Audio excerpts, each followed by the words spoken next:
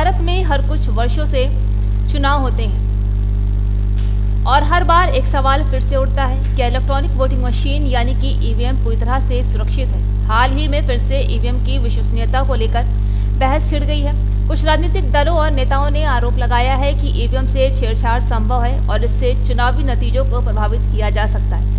इस विवाद की शुरुआत तब हुई जब एक विपक्षी दल ने दावा किया कि कुछ क्षेत्रों में वोटिंग के दौरान ईवीएम में गड़बड़ी देखी गई है। आरोप ये भी लगाए गए हैं कि वोट किसी भी उम्मीदवार को दिया जाए वो एक खास पार्टी के खाते में ही जाता है। हालांकि चुनाव आयोग ने इन आरोपों को सिरे से खारिज कर दिया।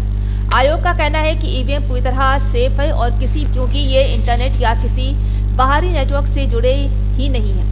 ईवीएम के साथ वीवीपैट मशीनें भी लगाई जाती हैं जो हर वोट का कागजी प्रमाण देती है। इससे मतदाता खुद देख सकते हैं कि उसका वोट सही जगह गया है या नहीं। लेकिन इसके बावजूद विपक्ष का कहना है कि जब तक ईवीएम की कोडिंग और निर्माण प्रक्रिया पारदर्शी नहीं होगी तब तक लोगों का भरोसा पूरी तरह से नहीं बन पाएगा।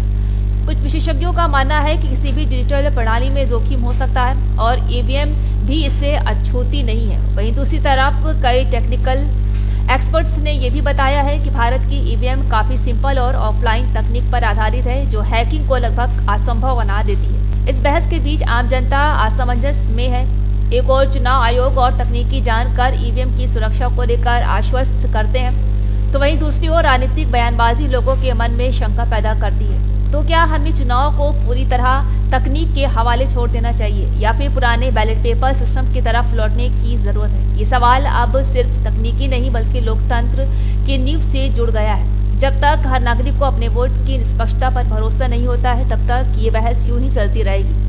अंत में जरूरत इस बात की है कि ईवीएम से जुड़ी प्रक्रियाएं और ज्यादा पारदर्शी बने और चुनाव आयोग समय समय पर जनता को इसके बारे में जानकारी देता रहे। लोकतंत्र की ताकत लोगों के भरोसे में है और यही भरोसा सबसे बड़ी चुनावी जीत हो सकती है।